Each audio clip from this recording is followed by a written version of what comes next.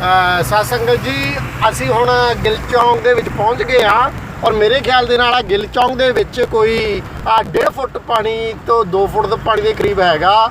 ਤੇ ਆ ਵੇਖੋ ਜੀ, ਅੱਜ ਰੇਂਗੜੀ ਅੱਜ ਜੋ ਵਰਖਾ ਸਵੇਰੀ ਹੋਈ ਆ ਉਹਦੇ ਕਰਕੇ ਮੇਰੇ ਖਿਆਲ ਦੇ ਨਾਲ ਇੰਨਾ ਇੱਥੇ ਪਾਣੀ ਖਲੋਤਾ ਹੈ।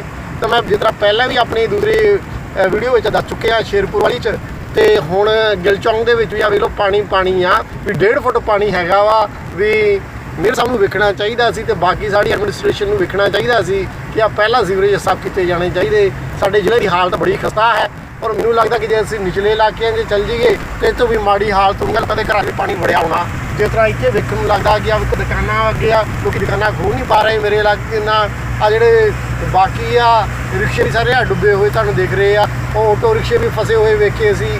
ਹੁਣ ਆ ਗੱਡੀਆਂ ਦੇ ਟਾਇਰ ਵੀ ਸਾਰੇ ਵਿੱਚ ਆ। ਇਹਦਾ ਮਤਲਬ ਕਿ ਪਾਣੀ ਜਿਹੜਾ ਵੀ ਉਹ ਨਿਕਾਸ ਨਹੀਂ ਹੋ ਰਿਹਾ ਪਾਣੀ ਦਾ। ਜੇ ਨਾਲੋਂ ਨਾਲ ਨਿਕਾਸ ਨਾ, ਸਾਡਾ ਵੀਰ ਇੱਕ ਪਾਣੀ ਵਿੱਚ ਡੁੱਬਿਆ ਤੁਰਿਆ ਫਿਰਦਾ ਹੈ ਔਰ ਪਾਣੀ ਦਾ ਨਿਕਾਸ ਹੋਣਾ ਚਾਹੀਦਾ ਸੀਗਾ। ਉਹ ਪਾਣੀ ਦਾ ਨਿਕਾਸ ਨਾ ਹੋਣ ਕਰਕੇ ਆ ਸ਼ਹਿਰਾਂ ਦੇ ਵੇਖੋ ਰੋਡ ਦੇ ਉੱਤੇ ਮੇਰੇ ਖਿਆਲ 1.5 ਫੁੱਟ ਦੇ ਕਰੀਬ ਪਾਣੀ ਹੁੰਦਾ ਵਾ, ਜਿਸ ਕਰਕੇ ਗੱਡੀਆਂ ਦੀ ਜਿਹੜੀ ਚਾਲ ਹੈ ਬਿਲਕੁਲ ਹੌਲੀ ਹੋ ਚੁੱਕੀ ਹੈ ਔਰ ਗੱਡੀਆਂ ਬਹੁਤ ਧੀਮੀ ਚੱਲ ਰਹੀਆਂ ਹਨ।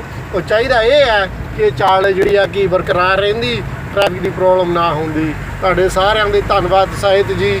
ਆ ਵੇਖੋ ਜੀ, ਗੁਰਦੁਆਰੇ ਸਾਹਿਬ 'ਚੋਂ ਲੋਕ ਆ ਰਹੇ ਹਨ, ਇਹ ਵੀ ਵਿਚਾਰੇ ਪਾਣੀ ਵਿੱਚ ਫਸੇ ਹੋਏ ਹਨ।